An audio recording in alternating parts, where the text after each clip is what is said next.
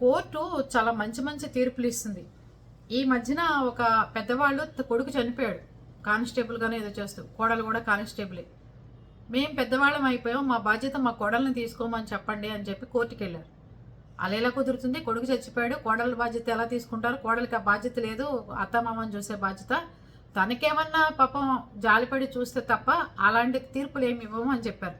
సరే, కొడుకుని ఎంతో కష్టపడి చదివించి ఇల్లు కట్టించి అప్పులు పాలైపోయి ఆ కొడుకు కాస్త చనిపోతే అతను గవర్నమెంట్ ఉద్యోగస్తుడైతే ఆ వచ్చిన బెనిఫిట్స్ డబ్బులన్నీ భార్యకి వెళ్తాయి. మరి తల్లిదండ్రులు ఎలా బతకాలి అని అడుగుతున్నారు వాళ్ళు.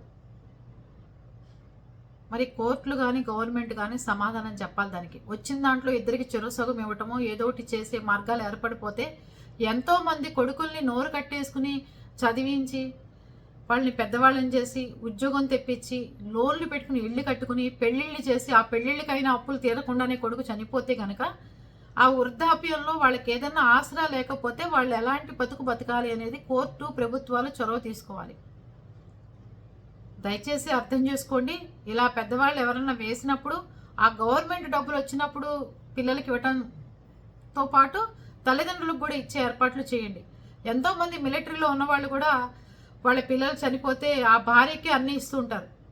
అప్పటిదాకా పెంచి పెద్ద చేసి చదివించి ప్రయోజకులను చేసిన తల్లిదండ్రులు ఎక్కడ కనబడరు.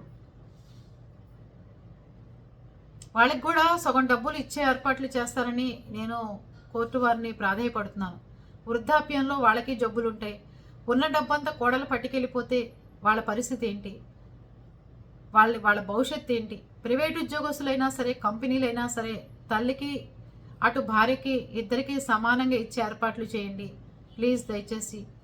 ఒకవేళ వీళ్ళకి గనక డబ్బులు మిగిలి వీళ్ళ ఆశపరులు అయితే వాళ్ళ తదనంతరం మళ్ళీ ఆ కోడలికి ఆ మనవాళ్ళకో చెందేటట్టుగా ఏర్పాట్లు చేయండి. పెద్ద వయసులో పెద్దవాళ్ళని రోడ్డున పడేయకండి. కొంచెం ఆలోచించండి. మన తెలంగాణ ప్రభుత్వం కూడా చట్టాలు తీసుకొచ్చి తల్లిదండ్రులు కనుక చూడకపోతే వాళ్ళ ఉద్యోగాల్లో ఉంటే జీతాలు కట్ చేసి వాళ్ళ అకౌంట్లో వేస్తాం అది ఇదని చెప్పి మొన్న కొత్త చట్టం తీసుకొచ్చారు. తల్లిదండ్రులను చూడకపోతే అలాంటి చట్టాలే కొత్తగా కొడుకు చనిపోతే గనక ఆ వచ్చే డబ్బుల్లో తల్లిదండ్రులు కూడా పంచే విధంగా ఏర్పాట్లు చేస్తారని ఆశిస్తున్నాను. ఓకేనా?